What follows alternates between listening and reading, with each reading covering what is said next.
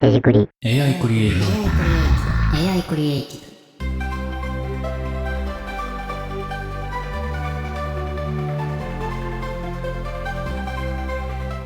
旗本です。久しぶりのデジクリの配信ですけれども、サブタイトルを少し変えました。 AI クリエイティブ、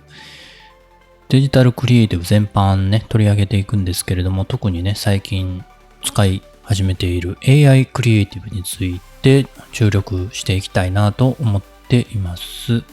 今後とも視聴していただけると嬉しいです。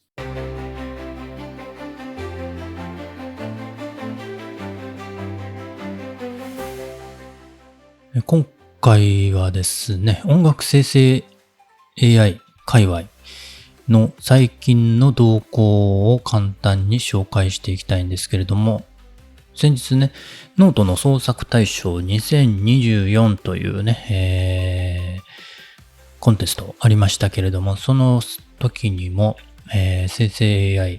いろいろね活用して、作品作って応募したんですけれども、もともとね、生成 AI、音楽生成 AI でいうとフィミグラムというものをね、使ってました。それから最近はスノー AI ですかね、スノー AI がすごいということでよく使ってます。で、そこに最近というか昨日あたりですかね、突然登場した音楽生成 AI Loud.me というね、ものがプレスリリースが出てまして、いろいろ謎が多いんですけれども、それについて話してみたいと思います。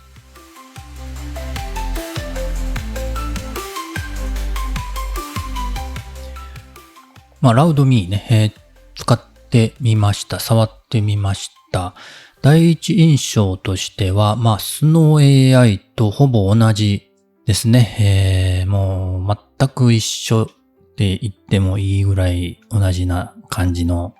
ユーザーインターフェースとかね、機能的にもね、そんな感じですね。ただ、一番違うところなんですが、サウンドエフェクトの生成ができるというところですね。これがスノー AI と大きく違うところかなと思います。ほぼ無限のサウンドバリエーションが作れる自然音、都市環境音、機械音、生き物の音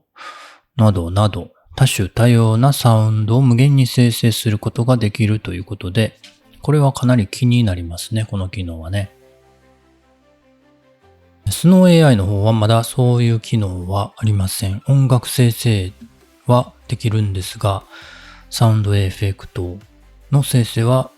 まだ今のところできませんね。これが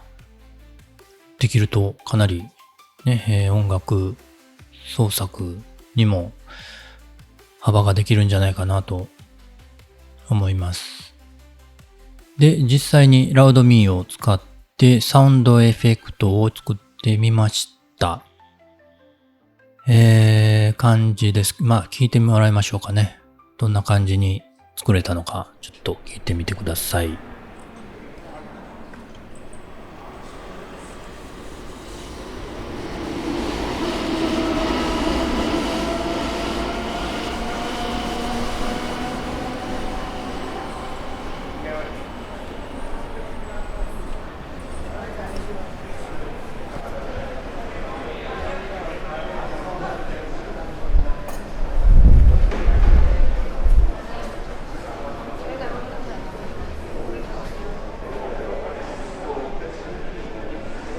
はい、という感じで、聞いていただきましたが、いかがでしょうかね。かなりクオリティ高くて、広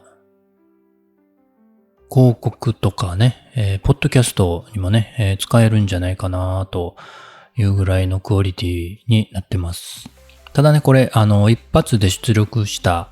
ものではなくて、いくつか出力してパーツを作ってそれを合成してまとめてっていう感じでね、ちょっと作業は必要になってます。最初ね、一発で生成できるかなと思ってね、やってみたんですけれども、どういうプロンプトかというと、駅のホームで電車が来る、通り過ぎてゆく、その後静かになり人の声がかすかに聞こえるというね、そういうプロンプトで出してみたんですけれども、全然ね、最初、そのままでいくと全く想定通りの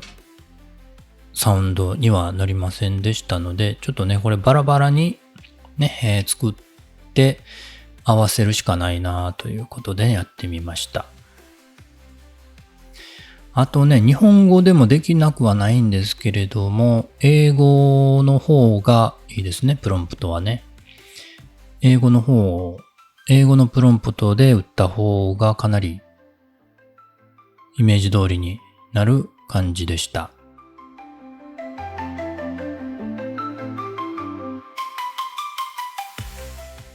他にもね、水が流れる音とかね、やってみましたけれども、これも日本語では全然ダメで、英語でだとうまくいきましたので、あとね、秒数もね、どれぐらいだったかな。基本が11秒ぐらいで、もう少し長く20秒ちょっとぐらいまでは伸ばせる設定がありました。あと、プロンプトに対してどれぐらい創作性をつけるか、そのままいくか、みたいな、ね、強さも設定できるみたいですね。まあ、いろいろ工夫すると、なかなか使い勝手のいいサウンドエフェクトクリエイターになるんじゃないかなと、ちょっと期待してます。もう一つね、これ、音楽生成 AI とサウンドエフェクト生成 AIは基本使えるんですけれども、それだけではなくてフリーミュージックとフリーサウンドエフェクトもありまして、それもなんか自由で使えるみたいですね。すでに完成しているものですね。これも自由に使えるみたいです。ただ気になるところもありまして、これ無料で無制限に利用できますし、商用利用もなんか、有料の場合はできるとかいうことでね、ちょっと怪しい点もいろいろあります。公式のね、プレスリリースも出てました。ラウンドミー公式のプレスリリース。そこに CEO のマイク・スミス氏というね、名前が挙がってたんですけれども、このマイク・スミス氏って誰なんだろうというね、何者かちょっとわかりません。もともとスノー AI にいた人なのか、またまた、ね、別のところから突然現れてきたのか、ね、どういう人なのか、ちょっとまだ不明なところも怪しさを増す要素かなと。その人曰くね、マイク・スミスさん曰く、このラウンドミーの生成音楽は、著作権侵害のリスクなしに商業的に使用できる 100% ロイヤリティフリーの曲も保証していると。ラウドミーで制作された AI 生成トラックはすべて完全にオリジナルなので、第三者による所有権の主張を受けるリスクなしに自由にマーケティングしたり、視聴者に販売したりできます。と述べられているようです。怪しいですね。今のところはね、情報がないということでね、ちょっと怪しさを増しているんですけれども、学習モデルは何なんだろうかとかね、UI の類似性がありますね、スノー AI とね、そこの点でもちょっとどうなのかなという疑問がいろいろ残ってますが、まあ、今後ね、この情報がね、明らかになってきて、ね、使っても大丈夫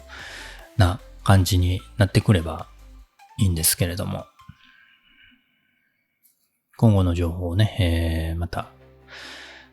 分かりましたらお伝えしたいなと思っています。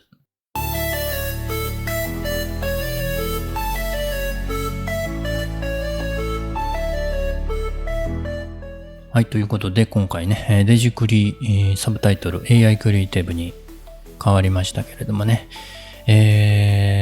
今回のお話いかがでしたでしょうか。 AI クリエイティブ、生成 AI もね、いろいろありまして、音楽系もね、結構あります。今回のお話を聞いてね、どう思ったのか、またね、感想、意見をいただけると嬉しいです。また、この件に関してはね、ノートの方にもね、記事投稿しようかなと思っていますので、文字で読みたいという人はまたそちらの方も読んでいただけると嬉しいです。はたまとでした。それではまた。